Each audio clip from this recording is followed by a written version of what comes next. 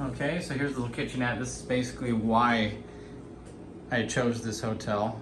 It's nice to have enough here with a full refrigerator and freezer, putting everything that you want away if you're going to be staying for more than a few days. The bathroom, I wish there was a tub. I guess you don't really use it a lot, but I do like to soak a little bit. But nicely done here, open space. Seems pretty clean. Very nice desk here for doing work. You have your TV there. Big, long, wide open area. It obviously could fit 2 beds, but if this is just the king, then it's just the 1 bed with extra space. Plenty of drawers.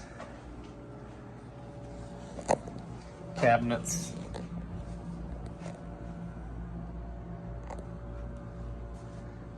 Floating shelves and plenty of drawers. I don't need to open every one of them.